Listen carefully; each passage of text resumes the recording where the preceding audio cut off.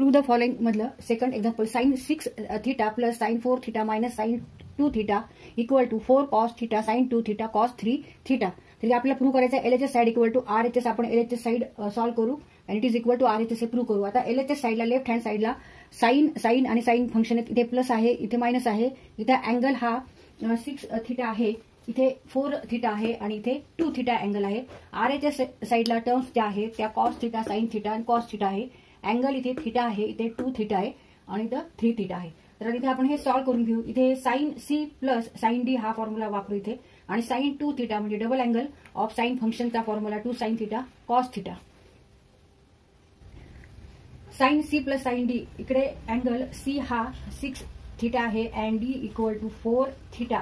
6 theta and 4 theta. C and D equal to 2 sine theta C plus D means 6 theta plus 4 theta divide by 2 and C minus D means 6 theta minus 4 theta means 2 theta divide by 2. तर इथे आपण हा formula वापरायचा. इथे sine C plus sine D हा जो factorisation formula आहे तो वापरायचा आणि साइन 2 थीटा इथे हा डबल अँगलचा फॉर्म्युला आहे ऑफ साइन फंक्शन. साइन फंक्शनसाठी जो फॉर्म्युला आहे डबल अँगलचा 2 साइन थीटा कॉस थीटा. तर हे दोन फॉर्म्युले इथे आपल्याला वापरायचे. Equal to 2 sine C plus D 6 theta plus 4 theta divided by 2 माइन into cos 6 theta cos C minus D means 6 theta minus 4 theta divided by 2 minus sin 2 theta means 2 sin theta cos theta equal to 2 sin 10 theta 10 6 plus 4 10 theta divided by 2 into cos 6 theta minus 4 theta means 2 theta divided by 2 minus 2 sin theta into cos theta. Now 2 1s are 2, 2 5s are 10, 2 1s are 2, 2 1s are 2 equal to 2 sin 5 theta remaining 5 theta into cos theta minus 2 sin theta into cos theta. आता इथे ह्या दोन terms आहेत त्याच्यामध्ये 2 common येईल आणि cos theta इथे दोन्ही टर्म्स मध्ये आहेत आणि इथे मल्टिप्लिकेशनच आहे.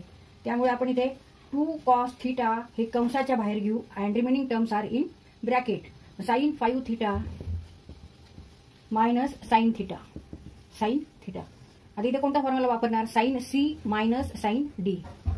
Sine C minus sine D.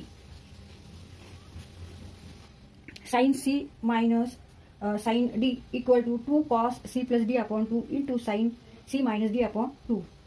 2 cos C plus D upon 2 into sin C minus D upon 2. Sin C minus sin D equal to 2 cos C plus D upon 2 into sin C minus D upon 2. Here C equal to, take here C equal to 5 theta and D equal to theta. D आपल्याला theta घ्यायचा आहे आणि C बरोबर 5 theta घ्यायचा आहे. हा formula वापरायचा आहे. Sine C minus sine D means sine 5 theta minus sine theta equal to 2 cos 5 theta plus theta divided by 2 into sine 5 theta minus theta divided by 2. Sine 5 theta minus sine theta 2 cos theta into 2 cos C plus D. 2 cos means 5 theta plus theta divided by 2 into sine C minus D means 5 theta minus theta divided by 2 equal to 2 cos theta in bracket 2 cos 6 theta 5 theta plus theta means 6 theta divided by 2 into sin 5 theta minus theta means 4 theta divided by 2. Now 6 theta upon 2 means 3 theta and 4 theta upon 2 means 3 theta. 2 theta sin 2 theta sin 4 theta upon 2 means sin 2 theta. 2 1s are 2 2 3 जा 6 2 1 जा 2 2 2 जा 4 बे 1 बे बे 3 6 बे 1 बे बे दोन्ही 4. 2 cos theta in bracket 2 cos 3 theta into sin 2 theta. Now 2 into 2 4 इथे मल्टिप्लिकेशन आहे. 2 into 2 4 cos theta into cos 3 theta into sin 2 theta equal to 4 cos theta into take this term first, sine 2 theta into cos 3 theta and it is equal to RHS side. आता ही term आपण आधी घेतली कारण RHS साईडला ह्याप्रमाणे आहे answer, म्हणून आपण ही टर्म इथे घेतली आधी आणि ही नंतर घेतली. Therefore LHS equal to RHS. तर ही टर्म अशी आपण इथे घेऊ शकतो कारण त्याच्याकडे मल्टिप्लिकेशन आहे, त्यामुळे आपण असं घेऊ शकतो. Therefore LHS equal to RHS. तिथे आपला क्वेश्चन सॉल्व्ह करून झालेला आहे. आपण हा क्वेश्चन सॉल्व्ह करताना फॅक्टरायझेशन फॉर्म्युले वापरलेत.